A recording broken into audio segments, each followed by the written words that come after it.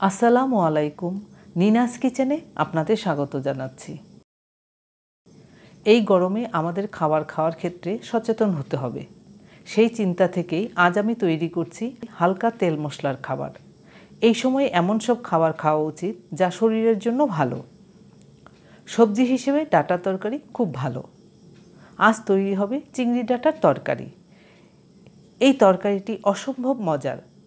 চিংড়ি ডাঁটার মজার এই রেসিপিটি আমরা কী দিয়ে পরিবেশন করি জানেন? গরম ভাতের সাথে কাঁচামরিচ আর লেবু। অপূর্ব লাগবে খেতে। এই রান্নাটি হতে খুব অল্প সময় লাগবে। রান্নাটি হতে 10 থেকে 15 মিনিট লেগেছে আমার। প্রথমেই দেখে নিচ্ছি ডাঁটা। পরিষ্কার করে টুকরো করে নিয়েছি, ধুয়েও রেখেছি। আগে ধুয়ে টুকরো করে নিয়েছি। 2 থেকে 2.5 ইঞ্চির মতো লম্বা টুকরো করে নিয়েছি। আজ নিয়েছি কচি ডাঁটা, খুব তাড়াতাড়ি সেদ্ধ হয়ে যাবে। সাথে নিয়েছি আলু। আলু ও ডাঁটার মতো লম্বা করে টুকরো করেছি। এখানে ছোট 3টি আলু নিয়েছি। এবার দেখাচ্ছি যা দিয়ে রান্না হবে চিংড়ি। চিংড়িও পরিষ্কার করে রেখেছি। আমি চিংড়ির মাঝের খোসা ফেলিনি, তবে আপনাদের ইচ্ছে হলে মাঝের খোসা ফেলে দিতে পারেন। চিংড়ি পরিষ্কার করে 1 কাপ হয়েছে। চিংড়িতে রক থাকে, তা ফেলে দিতে হয়। সবগুলো ফেলেছি, একটি রেখেছি আপনাদের দেখানোর জন্য। হালকাভাবে টেনে উঠিয়ে ফেলছি। দেখুন এই রকম রক থাকে, যতটুকু সম্ভব ফেলে দিলেই ভালো। এবার রান্নাতে চলে যাই। ডাঁটা তরকারিতে তেল খুব অল্প লাগে, দিচ্ছিও অল্প তেল। 2 টেবিল চামচ তেল দিলাম। 1/3 কাপ পেঁয়াজ কুচি দিলাম। পেঁয়াজ ভেজে নরম করে নিচ্ছি। পেঁয়াজ বাদামি রং করে নিলাম। এর মধ্যে দিলাম অল্প করে পানি, লবণও দিলাম পরিমাণ মতো। আরও দিচ্ছি আদা রসুন, একসাথে মিলিয়ে বেটে নিয়েছি। 2 চা চামচ আদা রসুন বাটা দিলাম। এই রান্নাতে বেশি মশলা ব্যবহারের দরকার পড়বে না। অল্প মশলা দিয়ে রান্নাটি তৈরি করলে খেতে ভালো হবে। আর বেশি মশলা দিলে ডাঁটার রং নষ্ট হয়ে যাবে, খেতেও ভালো লাগবে না। 1 মিনিটের মতো আদা রসুন কষিয়ে নিলাম। পেঁয়াজ বাটাও দিলাম 2 টেবিল চামচ। আবারও 1 মিনিটের মতো ভেজে নিলাম। পেঁয়াজ ভাজার ঘ্রাণ বের হচ্ছে। চুলার আঁচ মাঝামাঝির চেয়ে কমিয়ে মশলা ভেজে নিয়েছি। দিলাম 1 চা চামচ মরিচ গুঁড়া, 1 চা চামচ ভাজা ধনিয়া গুঁড়া। ধনিয়া ভাজা গুঁড়া দেওয়াতে ঘ্রাণ হবে সুন্দর। 1 চা চামচের কম দিলাম হলুদ গুঁড়া। এই মশলাগুলো আমার নিজের তৈরি। অল্প করে পানি দিয়ে মশলা কষিয়ে নিচ্ছি। 2 মিনিটের মতো মশলা কষিয়ে নিয়েছি। আমার মতো আপনারা নিশ্চয়ই দেখতে পাচ্ছেন মশলা কষানো হয়েছে, শুধু আপনারা ঘ্রাণ পাচ্ছেন না। এর মধ্যে আবার চিংড়ি দিয়ে দিচ্ছি। আপনারা চাইলে কুচো চিংড়ি দিয়েও রান্নাটি করতে পারেন। এর মধ্যে আমি পানি দেব না। চুলার আঁচ কমিয়ে 2-3 মিনিটের মতো রান্না করে নিচ্ছি চিংড়ি। 3 মিনিট চিংড়ি রান্না করে নিলাম। চিংড়ি থেকে সুন্দর ঘ্রাণ বের হচ্ছে। চিংড়ি বেশিক্ষণ ধরে রান্না করলে শক্ত হয়ে যাবে। এবার দেব আলু।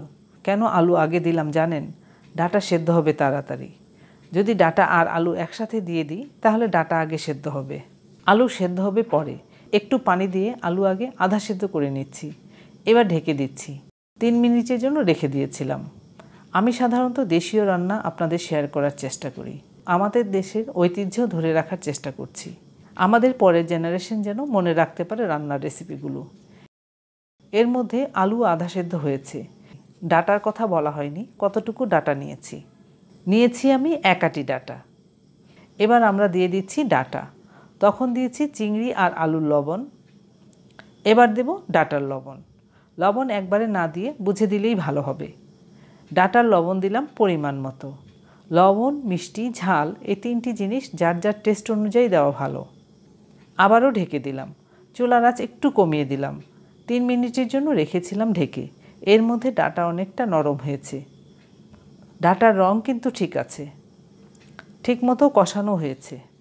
ডাঁটার রং নষ্ট হয়ে যায়নি। মজার এই রান্নাটি আপনারা দেখুন আর অন্যদেরকেও শেয়ার করুন। আমাদের দেশের ঐতিহ্য। এবার দেব পানি, তবে এখানে আমি ঠান্ডা পানি দেব না, গরম পানি দেব।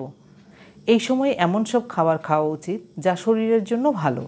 1 কাপ গরম পানি দিলাম। আজ আমি ডাঁটার ঝোল তৈরি করব না, এই পানিতেই ডাঁটা সেদ্ধ হয়ে যাবে। তবে পরে আরেকটু পানি দিতে হবে আলুর জন্য। আলু আগে থেকে আধা সেদ্ধ আছে। এই সময় আমার মতো আপনাদেরও কি গরম লাগছে? আমি ভিডিও এডিট করছি ফ্যানের নিচে বসে, তারপরও অনেক গরম লাগছে। এখন শ্রাবণ মাস চলছে। আমাদের দেশে আষাঢ়, শ্রাবণ, ভাদ্র এই 3 মাস প্রচুর গরম থাকে।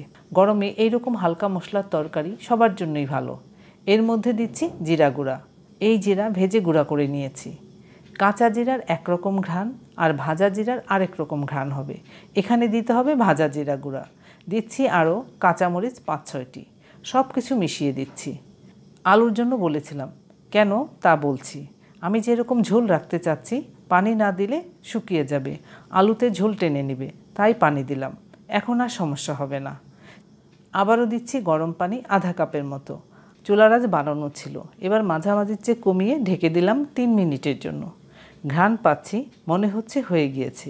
এর মধ্যে আমি আরেকটি জিনিস দিচ্ছি, যা সব কিছুর ঘ্রাণ আরও সুন্দর করে দেবে। তা হচ্ছে ধনিয়া পাতা কুচি। এবার নেড়েচেড়ে মিশিয়ে দিচ্ছি ধনিয়া পাতা। তবে আপনাদের পছন্দ না হলে বাদ দিতে পারেন। আমাদের কাছে খুব ভালো লাগে ধনিয়া পাতা। সব কিছু সেদ্ধ হয়েছে। দেখুন, ডাঁটা সেদ্ধ হয়েছে, গলে যায়নি। আলু সেদ্ধ হয়েছে, ভেঙে যায়নি। অবশেষে আমাদের রান্না কমপ্লিট হলো। এই রান্নাটি হতে খুব অল্প সময় লাগবে। রান্নাটি হতে 10 থেকে 15 মিনিট লেগেছে আমার। ধন্যবাদ সবাইকে আমার ভিডিওটি দেখার জন্য। আপনারা ভালো থাকবেন সবাই।